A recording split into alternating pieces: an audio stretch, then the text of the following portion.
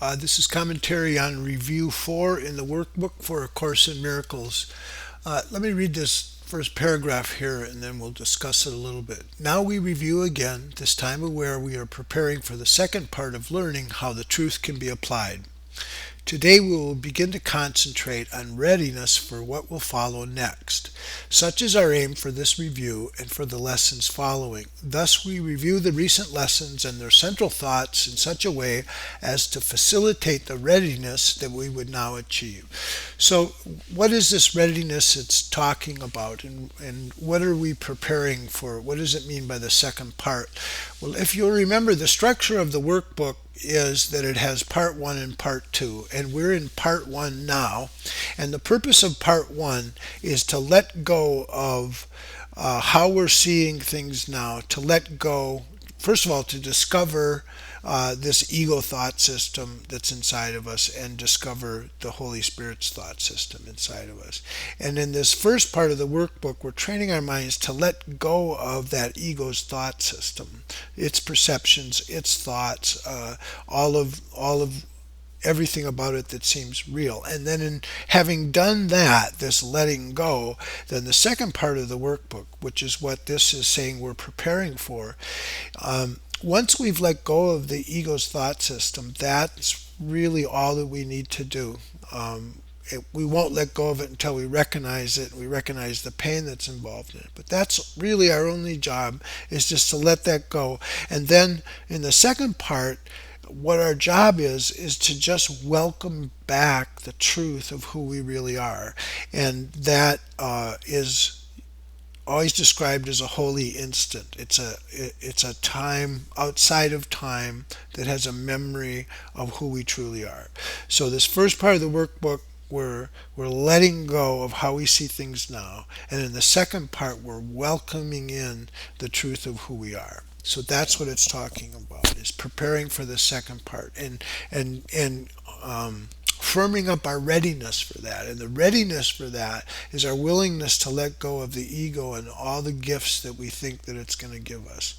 That's the readiness. Okay. So let's see here. There is a central theme that unifies each step in the review we undertake, which can be simply stated in these words: my mind holds only what I think with God. That is a fact and represents the truth of what you are and what your Father is. And it is this thought by which the Father gave creation to the Son, establishing the Son as co-creator with himself. It is this thought that fully guarantees salvation to the Son, for in his mind no thoughts can dwell but those his Father shares. Lack of forgiveness blocks this thought from awareness, yet it is forever true. And so that's why we're learning forgiveness, so we can release these blocks to the truth of who we are. And so this this practice here is like a holy instant, and what it's saying is that the only thoughts I could have in my mind, the only ones that are there, are the ones that I think with God. Maybe by looking at one of the earlier lessons, it'll be helpful here. Um, it says here, what is the title of this lesson? My mind is preoccupied with past thoughts. Okay, it says the one holy true thought one can hold about the past is that it's not here. To think about it is all to think about it at all is therefore to think about illusions. Very few have realized what is actually entailed in picturing the past or anticipating the future. So here he's saying the mind is actually blank when it does this, because it's not really thinking about anything. And so this idea that, I mean, this is what forgiveness is really about, and relieving ourselves of the guilt of this ego thought system, is that we recognize that it really did nothing, that these thoughts weren't really true, they're really not in opposition to who we really are, that the mind's actually blank. And so that's what the holy instant is to forget about the past for a moment, about what we think was valuable, what we think we should get, and then the preoccupation with the future, trying to repeat that, all by avoiding the present moment of the holy instant. So this past preoccupation, this future planning, mind's just blank. It's not there. They're not really thoughts. You're not really thinking. So that's the idea here in this lesson, is that this theme, my mind holds only what I think with God, is the idea that we want to hold as we review every one of the lessons that we're going to review now. And it's this thought, that my mind holds only what I think with God, that will help give meaning to each of the individual lessons that we have. Okay, so it's this recognition that that I can let go of the past, and I can let go of the future, and I can come into the present moment. That anything related to the past or the future, mind's not thinking. The only thing the mind can really think is its thoughts that it thinks with God or with love. Okay, so this is true, and this was a thought that gave us our very being in creation. It says here, and this is a thought that guarantees salvation to the Son, because in our minds there can't be any thoughts that are not the ones we share with our Father, and that it's the lack of forgiveness that blocks this thought from our awareness, and yet it's forever true. Let us begin our preparation with some understanding of the many forms in which the lack of true forgiveness may be carefully concealed. Because they're illusions, they're not perceived to be what they are, defenses that protect your unforgiving thoughts from being seen and recognized. Their purpose is to show you something else and to hold off correction through self-deceptions made to take its place. Okay, so we talked about some of these. We had a couple of lessons about these defenses, and one was this planning that we do that's just for ourselves and planning just by ourselves, instead of the planning that we would do with our higher power, with our inner true self, for the collective good of everybody. Okay, so that planning just for our little selves, that's a defense. That's a defense from us looking at the problem not as it is, but somewhere else, so we hold correction off. And then he talks about sickness being a defense. All of these things are all, that's the ego's whole game, is to have us avoid the present, where the solution to every one of our problems is. It's the solution of some memory of love of who we are, and any guidance we need in any aspect of our lives. It's there in this presence. In the present. Okay. And yet your mind holds only what you think with God. Your self-deceptions cannot take the place of truth. No more than can a child who throws a stick in the ocean change the coming and the going of tides, the warming of the water by the sun, or the silver of the moon on it by night. So, with all of the great anxiety we have, and all of the fear, and all of the despair, and all of that, is saying it's just childish to think that that's there, that there's something there other than love, than the love of God. Just as to think a child could throw a stick and change the ocean, or that the warming of the water by the sun, or the sliver of the moon by the night. It's that silly. What we are tremendously anxious about and fearful is just silliness. It's not there. It's not true. Okay, so do we start each practice period in this review with readying our minds to understand the lessons we read and see the meaning that they offer us? All right, so now he's going to explain the longer practice periods, which is going to be one in the morning and one in the evening, and so this is it. So we begin each day with time devoted to the preparation of your mind to learn what each idea you will review that day can offer you in freedom and in peace. So open your mind and clear it of all thoughts that would deceive, and let this thought alone engage it fully and remove the rest. So we're going to spend 5 minutes with this, and let this be the only thought that we have in our mind for that 5 minutes. My mind holds only what I think with God. We're going to open our mind and clear it of all the thoughts that would deceive, all of our anxieties, all of our planning, all of what we think are the problems and how they'll be solved. We just let those thoughts be, let them rest. And we just hold this thought in our mind clearly, and just this thought, my mind holds only what I think with God. 5 minutes with this thought will be enough to set the day along the lines which God appointed and to place His mind in charge of all the thoughts that you will receive that day. So this is part of what it means to put our life in God's hands, to put our life under His care. We're placing His mind in charge of all the thoughts that we receive that day. That's what it means to surrender, to turn it over to God. We say, okay, your mind's in charge of all the thoughts that I will receive.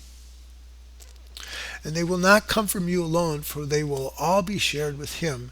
And so each one will bring the message of his love to you, returning messages of yours to Him. So will communion with the Lord of hosts be yours, and as He Himself has willed it to be, and as His own completion joins with Him, so will He join with you who are complete, as you unite with Him and He with you. All right, so that's our preparation.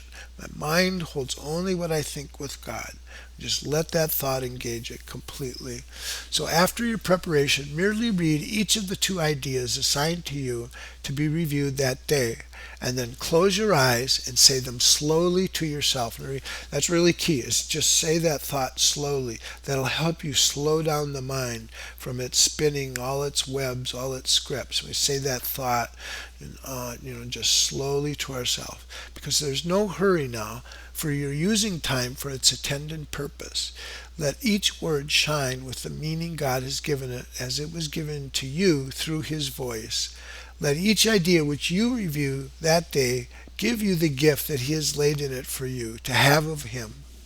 And we will use no format for our practicing but this. And so, get this idea here that now, because we're trying to practice this holy instant, we're trying to get that experience inside of us. Now the purpose of time, since now that's the purpose of time, instead of all of our activities that just deceive us about who we are, we don't have to be in a hurry.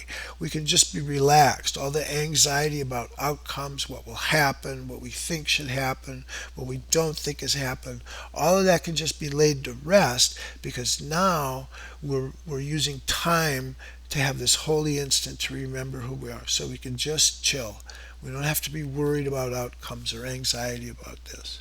Okay, so having all done this, each hour of the day, bring to your mind the thought with which the day began, and spend a quiet moment with it. And that's the thought, my mind holds only what I think with God. And then repeat the 2 ideas you practice for the day unhurriedly, with time enough to see the gifts that they contain for you, and let them be received where they were meant to be. Okay, so as you can see in the workbook, it's trying to get us to practice as much as we can during the day, because that's where the action is. That's where our life seems to be happening. That's where our concepts of self are formed, is in our everyday life. And so it's there that we need to pause, and we need to stop, and we need to do these practices, because we're entitled to that peace. We're entitled to that joy and that sense of love and safety and protection. That's what we should have all day long, no matter what's going on. And we have to practice that. We have to stop the way we're thinking about things and acquire these new thoughts. Okay, so we repeat those thoughts unhurriedly. And we look at the message, the meaning that there was there that we were meant to receive. And we add no other thoughts, but let these be the messages they are. We need no more than this to give us happiness and rest and endless quiet, perfect certainty, and all our Father wills that we receive as the inheritance we have of Him. Each day of practicing, as we review, we close as we began. And so now we're going to do the same thing at the end of the day. Okay, and we're going to practice throughout the day, understanding that this will give us the happiness and rest that we need, the endless quiet. This is what God wills for us. This is our inheritance. This is the check we can cash at the bank. Then it'll be good. This is what we're entitled to. And so we want to do that again in the evening.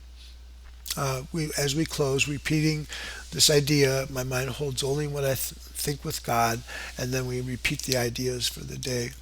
And so repeating first the thought that made the day a special time of blessing and happiness, and through our faithfulness restored the world from darkness to the light, from grief to joy, from pain to peace, from sin to holiness.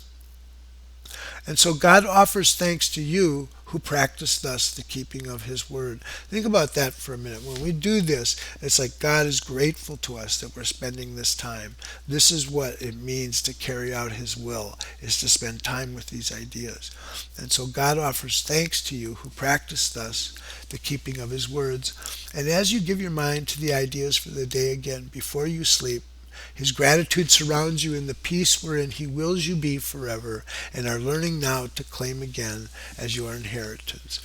Okay, so then each day, so like today, we say, my mind holds only what I think with God, and then we repeat these two ideas, the previous lessons. Forgiveness is the key to happiness. Forgiveness offers everything that I want. And we want to say those ideas very slowly. We want to let this thought be the only thought in our minds before we review the ideas. My mind holds only what I think with God. And then we say these thoughts and we let these thoughts speak to us and give us their meaning. Let these thoughts be what brings us that peace and that quiet, that joy, that peace that we're entitled to. And so we say them slowly and we think about them for a while and we let their messages help us. Okay, so every day now I think it's the next 10. So this is these two ideas for today, and then it'll be the same procedure in the lesson after that. We take this, my mind holds only what I think with God, and then we review these ideas. So that'll be what we're doing for the next 10 days. So this is the only commentary that there will be. You can repeat it, hang on to it, use it for every day for the next 10. Okay, that's it. Thank you.